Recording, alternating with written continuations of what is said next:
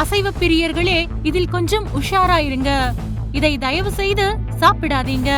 ஆட்டிறைச்சியில் உள்ள ஜிங்க் மற்றும் செலினியம் போன்ற தாதுக்கள் நோய் எதிர்ப்பு சக்தியை அதிகரிக்க உதவுகின்றன. நல்ல கொழுப்பு மற்றும் சக்தி அளிப்பதால் உடல் பலம் மற்றும் சக்தியை உயர்த்தும் தன்மையும் ஆட்டிறைச்சிக்கு உள்ளது. மட்டனில் கொழுப்பு அதிகம் உள்ளதால் இதய நோயாளிகள் மற்றும் அதிக கொலஸ்ட்ரால் உள்ளவர்கள், சர்க்கரை நோயாளிகள் ஆட்டு இறைச்சி அதிகமாக உண்பதை தவிர்க்க வேண்டும். முக்கியமாக யூரிக் ஆசிட் பிரச்சனைகள் மற்றும் மூட்டு வலி உள்ளவர்கள் ஆட்டிறைச்சி சாப்பிட்டால் அது வலியை அதிகரிக்கலாம் என்று கூறுவதால் டாக்டர்களின் அறிவுரையை பெறுவது அவசியம். அதிக காய்ச்சல், பைல்ஸ், பல்வலி, சளி உள்ளவர்கள் மட்டன் சாப்பிடுவதை தவிர்க்க வேண்டும். உடல் சூடு அதிகரிக்கும் என்பதால் அவர்கள் சாப்பிடாமல் இருப்பது நல்லது. கொழுப்பு கல்லீரல் மற்றும் கல்லீரல் நோய் உள்ளவர்கள் மட்டன் சாப்பிடக்கூடாது. மட்டனில் உள்ள அதிக புரோட்டீன் கல்லீரலுக்கு அழுத்தம் தரும்.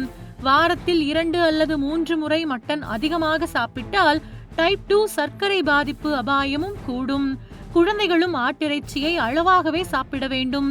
உடல் கொழுப்புக்கு இறைச்சி அவசியம் என்றாலும் அளவுக்கு மேல் எடுத்துக்கொள்வது ஆரோக்கியத்திற்கு தீங்கு ஏற்படுத்தும் என்றும் நிபுணர்கள் கூறுகின்றனர். அதேபோல் பிராய்லர் கோழி இறைச்சியிலும் நிறைய கெடுதல்கள் இருக்கின்றன.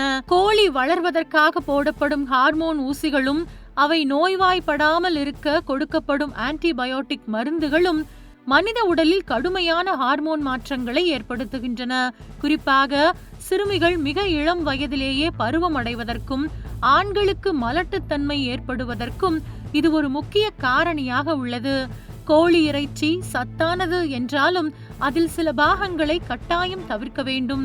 குறிப்பாக தோல், கழுத்து, குடல், தலை, கால்கள் போன்ற இடங்களில் கொழுப்பு, கிருமிகள் மற்றும் நச்சு பொருட்கள் அதிகமாக இருக்கலாம் என்பதால் அவை உடல் நலத்திற்கு பாதிப்பு தரக்கூடும். கோழியின் குடல் பகுதியில் செரிமான கழிவுகள் மற்றும் நோய்க்கிருமிகள் அதிகமாக இருக்கும்.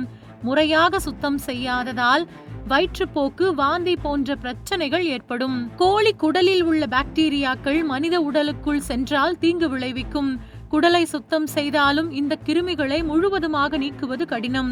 அதனால் கோழியின் குடல் பகுதியை சாப்பிடாமல் தவிர்ப்பது பாதுகாப்பானது. அதேபோல் மீன் உணவுகளிலும் ஆபத்துகள் உள்ளன. கடல் மீன்கள் நீண்ட நாட்கள் கெடாமல் இருப்பதற்காக ஃபார்மலின் என்ற கெமிக்கல் தடவப்படுகிறது. இது ஒரு வகை வேதிப்பொருள் ஆகும். இந்த ரசாயனம் கலந்த மீன்களை சாப்பிடும் போது கிட்னி, கல்லீரல் கடுமையாக பாதிக்கப்படுகிறது. கில்லர் கெளுத்தி மீன் மிகவும் விஷமுடையது. காரணம் இதில் உள்ள டெட்ரோடோடாக்சின் மனிதர்களின் நரம்பு செயல்களை முடக்கக்கூடிய ஆபத்தான நச்சு என்பதால் சிறிதளவு உடலில் சென்றால் கூட உயிருக்கு ஆபத்து ஏற்படும்.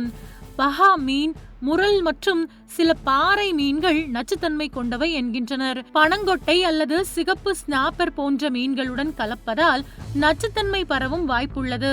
எனவே சிக்கன், மட்டன், சீஃபுட் என வெளுத்து வாங்கும் அசைவ பிரியர்கள் உடல் ஆரோக்கியத்தை கவனத்தில் கொண்டு எச்சரிக்கையாக இருப்பது நல்லது என்று உணவியல் நிபுணர்கள் அறிவுறுத்துகின்றனர்.